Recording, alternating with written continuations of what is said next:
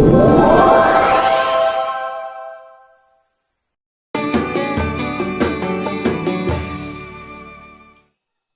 Ibu Saudara-saudara para pemirsa TV One yang saya cintai. Pada diri baginda Nabi ada akhlak yang sangat terpuji dan mulia. Akhlaknya luar biasa. Termasuk Nabi memaafkan orang yang nyata-nyata melukai, menyakiti kelewat batas. Oh, sejarah kita baca tuh. Orang-orang kafir Quraisy itu banyak betul yang nyakitin Nabi kelewat batas.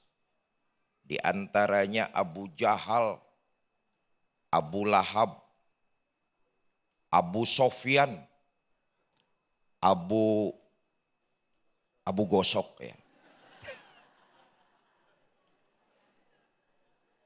Saudara, kita lihat cerita ini, riwayat ini nih.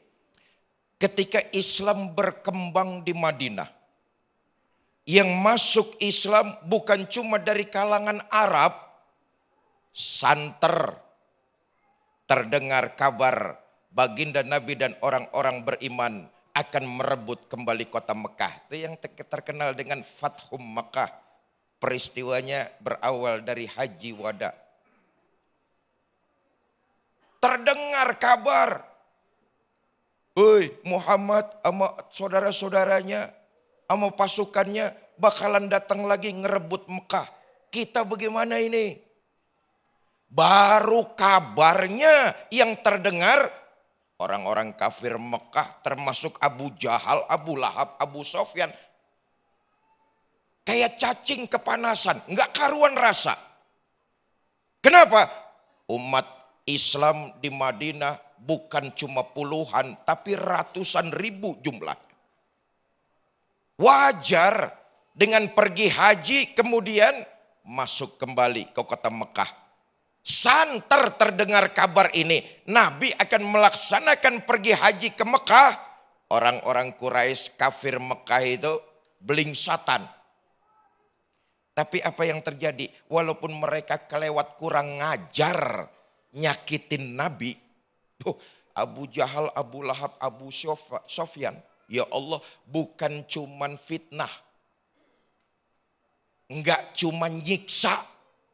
Tapi mereka merangkai beberapa kali rencana akan menghabisi baginda kita Nabi besar Muhammad SAW. Kelewatan.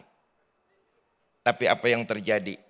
Waktu Nabi masuk ke kota Mekah dengan orang-orang beriman. Nabi pidato.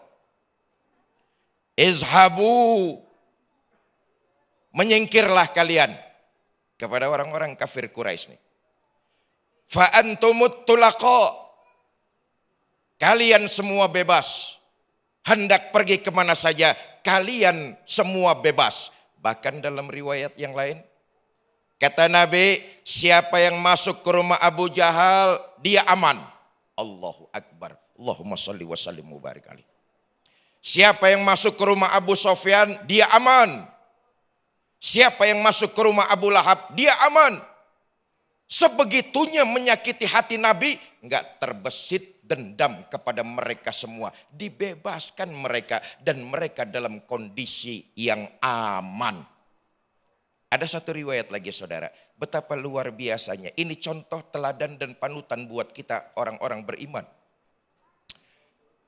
Nabi pernah ditikam dalam perjanjian Madinah oleh orang Yahudi. Ditikam itu kira-kira dari depan apa dari belakang? Dikhianati Nabi ini. Dalam perjanjian Madinah, Nabi dikhianati oleh orang-orang Yahudi. Tapi di Madinah juga Nabi nggak pernah marah dan memaafkan mereka. Apa buktinya? Di pojok Madinah tuh kota Madinah ada Yahudi tua buta. Nabi datang ke situ berbuat baik sama Yahudi. Ngapain? Nabi nyuapin makanan. Nabi nyuapin makanan. Padahal nih orang asli orang Madinah Yahudi. Nabi pernah dikhianati dalam perjanjian Madinah. Tapi Nabi enggak menggeneralisir.